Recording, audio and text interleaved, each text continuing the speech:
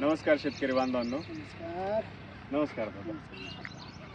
दादा आपण आजच्या घडीला 23-24 दिवशी प्लॉट पाहणी करतोय बरोबर. आपलं पूर्ण शेड्यूल फॉलो केल्यानंतर तुम्हाला काय जाणवतं? आपण इतर शेतकऱ्यांसाठी आजचा हा व्हिडिओ बनवत आहोत. याच्यामध्ये काय होतं, शेतकरी बांधव कंटिन्यू असे कन्फ्युजन मध्ये राहतात की सल्ला कोणाचा घ्यावा. वेल ॲग्रो कंपनीची औषधं ही वापरली गेली पाहिजे. वेल ॲग्रोची तुम्ही नक्कीच वापरा, पण एक चांगल्या पद्धतीनं आपण एक तत्वानं जर म्हटलं, जर आपल्याला शाश्वत शेती करायची, भविष्यासाठी जर आपल्या लेकरा बाळांना ती शेती टिकून ठेवायची, तर आपण केमिकलचा वापर म्हणजे रासायनिक खतांचा वापर कमीत कमी करून ऑर्गॅनिक सेंद्रिय खतांचा वापर जास्तीत जास्त करून शेती आपली गुणवत्ता टिकवायची आणि माल पण त्या पद्धतीने काढायचा. बरोबर. नाहीतर मग आता उपाशी राहायचं आणि पुढच्यांना जेवायला वाढायचं, ही गोष्ट आपल्याला करायची नाही. आता बी आपलं पोट भरलं पाहिजे, पुढच्या पिढीचंही पोट भरलं पाहिजे.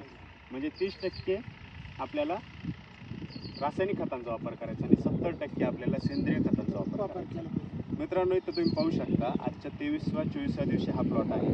त्या प्लॉटमध्ये विगर पहा, झाडाचं पानाचा, फुलकळीचा एकदम एक बारकाईनं निरीक्षण करा. खूप छान पद्धतीने इथं डेव्हलप झालेलं आहे आणि आम्ही इथं जास्तीत जास्त ऑर्गॅनिक पद्धतीनं करण्याचा प्रयत्न करत आहोत. आता आपल्या पुढच्या ट्रीटमेंटमध्ये आपण एक स्लरी बनवणार आहोत. स्लरीमध्ये आपण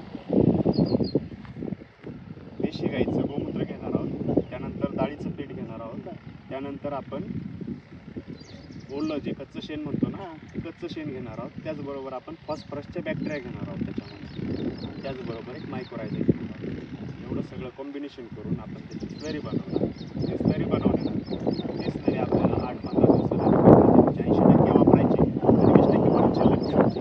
म्हणजे जेणेकरून काय होईल, आपल्या जमिनीची गुणवत्ता अजून सुधारेल, जमिनीमध्ये जीवाणूची संख्या वाढेल. जीवाणूची संख्या वाढल्यानंतर रासायनिक खतांचा वापर देखील कमीत कमी लागेल आपल्याला आणि आपली शेती देखील टिकून राहील.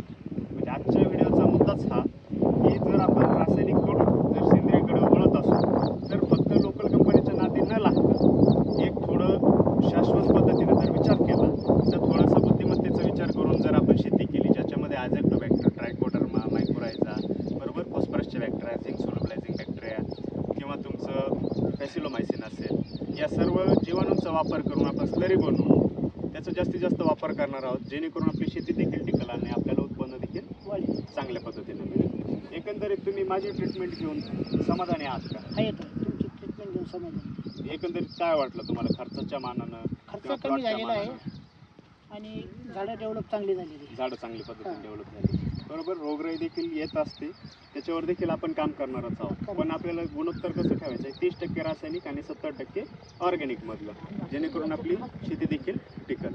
पण पुढील व्हिडिओ येईपर्यंत नमस्कार.